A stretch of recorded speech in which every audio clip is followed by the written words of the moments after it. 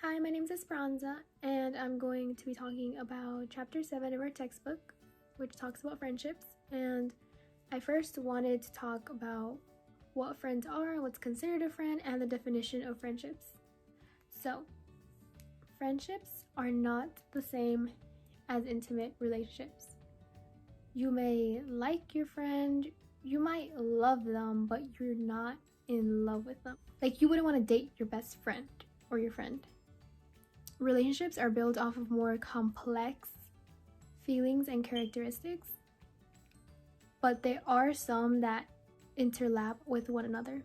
Versus liking someone, it's more simple, and it doesn't mean that it's less important or anything, it's just they're on different scales. I'm not sure how to pronounce the name, but this is from the textbook, and it says, friendships are closest, deepest, most involved, and most intimate. Friendships are also very important in our lives. If you don't have any friends, it can be very easy to feel lonely or detached from the world, or you just feel like a robot because you're not really talking to anybody and you're not building any of those friendships. And then later in my slides, I'm also going to be talking about how a guy and a girl can also just be friends. First, I wanted to go over what the textbook says about friendships and how most of our friends are the same sex as us. Now, obviously, it doesn't mean that you can't have any guy friends or any friends that are girls. It's just that you're more likely to have friends of the same sex, but like I said, it varies between anybody. So first, I'm going to be talking about guy friendships. Initially, men are considered to be more side to side. Basically, what this means is that men's friendships usually tend to be based off of shared activities, companionship, and competition. And so men and women tend to talk about different topics. And like I said, men are talk more about interpersonal stuff. And then also around shared activities, like I said, it could be sports, it could be type of game, video games. And then it talks about how women tend to be more face-to-face. And also more personal issues, like if you're going through a hard time, you don't really know who to ask for, you typically go to your best friend and they're there for emotional support and social support.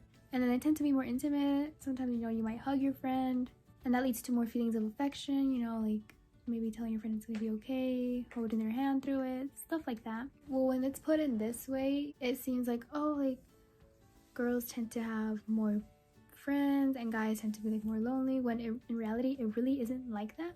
Men and women are both capable of having as many friends as they want, and it does not mean that women can get friends easily, or that men struggle to, because they can both have the same amount of friends.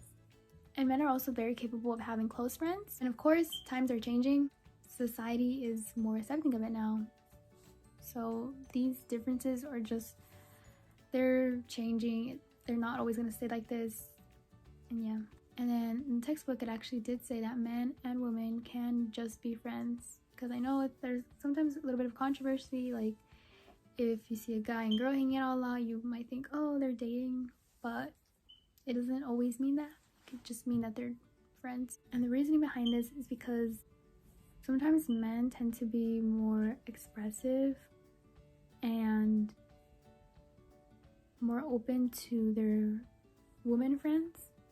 But then obviously there can also be that question of okay, well, where is the line drawn where we're just friends and then where we're something exclusive?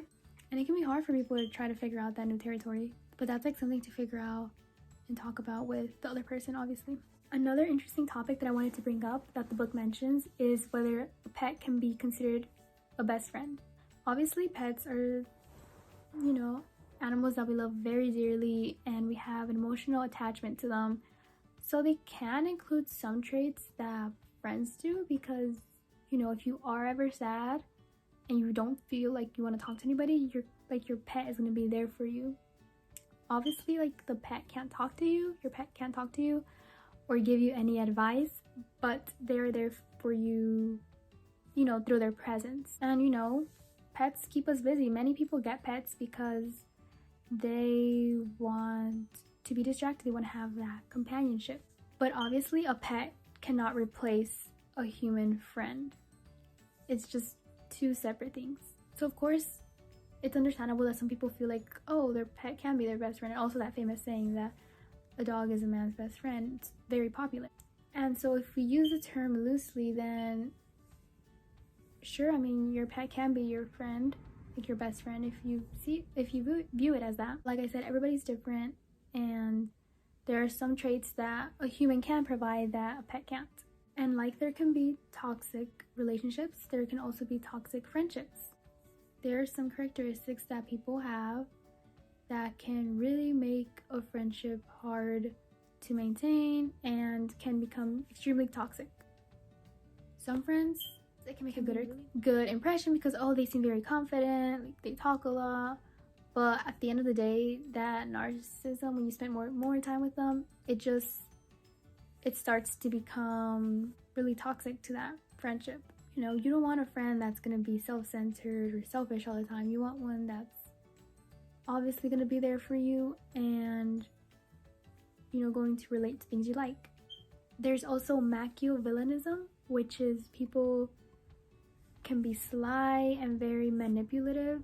And like I said, those traits at the beginning, they might seem like, oh, okay. And then they start wearing off and they start becoming really negative and impacting the friendship really badly. And it starts to become annoying and not, you know, that old friendship that you used to have. This is actually called the dark triad. And it is called this because these are negative characteristics that make it hard for people to connect to people who have these traits. Another thing that I want to talk about is that friendships are earned. You just don't randomly start talking to somebody and immediately you guys are friends. It takes communicating, it takes being vulnerable with one another, and also having things in common to talk about. Majority of your friends might be childhood friends, or they might be high school friends, or people that you met through work. They were first your coworkers and you started talking to them and then you guys are friends. Personally, in my life, I think most of my friendships started, I don't really talk that much to my childhood friends anymore, just because I kind of moved and they're all kind of far away now. But I think majority of my friendships that I have right now either evolved from like high school and even work, and then those friends introducing me to other people, and that's how I know majority of my friends or my best friends.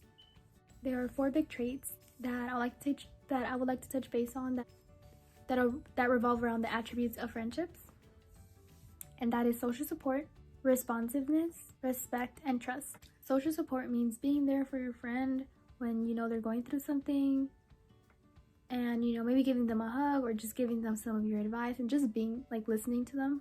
And you know those friends will make time for you and they'll want to see and they'll want to talk to you, and you don't have to like force them, or sometimes you can also even feel negative energy. Like you can feel when a friend doesn't want to hang out with you anymore, or that like the connection is just slowly fading away.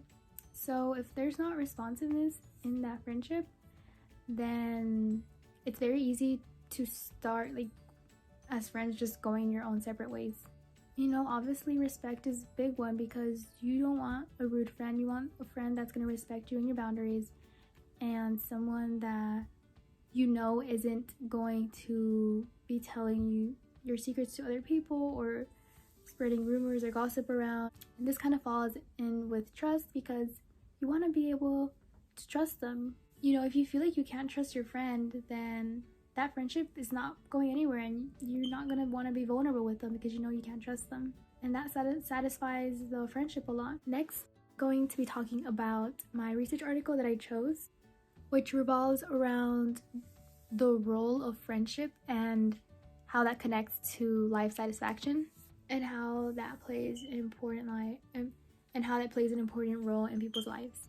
So in this table, there was 50,000 people that were surveyed in different households, and each person was different. They were ages 18 years old to 64 years old. So obviously there's going to be like a lot of variety, because everybody, you know, those ages, everybody's at a different time in their life.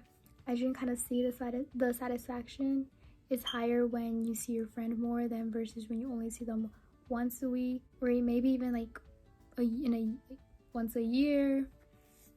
your satisfaction is going to be lower. But obviously it's different because, you know, like I said, it's like a big variety of ages. You know, you have 18-year-olds and 64-year-olds, and in between those ages, someone that's, let's say, 18 might meet their friend up more because they're probably, you know, they might still be in high school, or they might have more free time, versus somebody that's like 40 or 50. They might not be able to see their friends that much because they have a job, they might already have a family. So there's like also different characteristics as to why this might be, but I just kind of wanted to show you this table that signifies life satisfaction with friends, as I was talking about in the earlier slides. And then I wanted to include an example of a connection in not really real life, but in a TV show. And I wanted to include TV show The Office. I don't know if everybody has seen that show or not, but I wanted to include one that at least I hope some people have seen. So in this case, Dwight and Michael Scott from The Office. Now their friendship was kind of complicated if you've seen The Office before. Basically, just to summarize it up a little bit, it's just a bunch of coworkers in an office, and every day is like an adventure in there. And I feel like Michael and Dwight were kind of best friends. We're kind of friends because they annoy each other a lot, but then also they've had like very heartfelt conversations with one another. And then another friendship that I can also think of from The Office is Pam and Jim's. Now I know they first were friends and then they started dating, but in the beginning you could kind of see how they were friends, how they just talked a lot, and they formed like a really good friendship with one another. But you can just kind of see how those different, you know, like I was saying, some people meet their friends with their coworkers, and that's what kind of happened in The Office. You know, they all kind of worked there and they all started kind of forming bonds with each other. I also wanted to include this blog I found from mayoclinic.org, which also talks about the importance of friendships and how that relates to life satisfaction and forming friendships and how those make us happy. And sometimes, you know, when you're not in a relationship, you rely on those friendships to make you happy. And overall, just friends make you happy. They are there for you when you might be really stressed or you're kind of anxious about something. They'll be there to provide support, emotional support, give you advice. And at times, you know, when you're also feeling like lonely, you can also just like reach out to them and, you know, they'll be there for you. And that's what this article kind of talks about, how they help you relieve stress and be more happier in general. And I think this article really goes into detail of how that plays a big role in somebody's life with happiness. Other people might be a little bit shy, and that might, you know, make it harder for you to form friendships. But once you find that person that, oh, like, this can be my friend, then, you know, you're able to talk about it. You're able to break out of that shell. Not, like I said, it's not easy for everybody to do that. Some people struggle with that a little bit. And lastly, thank you for watching, and I hope you learned a little bit about friendships, a little bit more than you already knew. And have a good rest of your day.